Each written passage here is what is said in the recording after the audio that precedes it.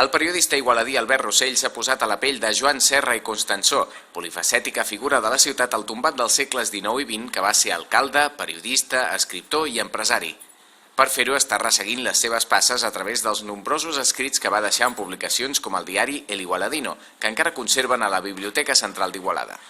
L'objectiu de Rossell és escriure una novel·la que recull el fil d'una recerca que va fer quan estudiava periodisme. Era un treball de recerca incomplet, no? Era una assignatura pendent que jo volia acabar i ara que he tingut més temps l'estic acabant. I crec que la manera d'acabar-ho és fent una novel·la. La novel·la veurà tant de la recerca que està fent com de la ficció a partir de l'estudi del personatge. La idea d'aquest treball de recerca és que acabi sent una novel·la, un còctel entre tres ingredients. Un seria la recerca periodística, un altre seria la novel·la històrica i un altre seria la novel·la psicològica.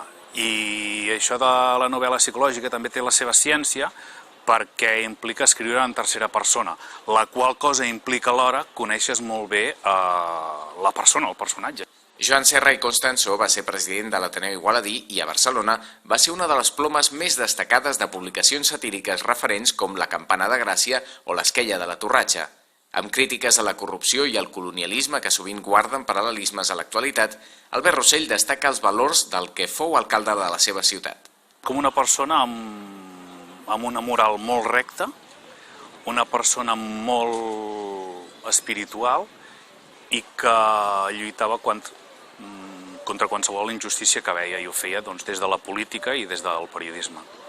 Rossell manté viu el personatge amb dos perfils que ha creat a Twitter i Instagram. Amb un dels pseudònims que feia servir quan escrivia, Gep de Gespus, el Joan Serra i Constansó digital interactua amb els igualadins gairebé un segle després de la seva mort.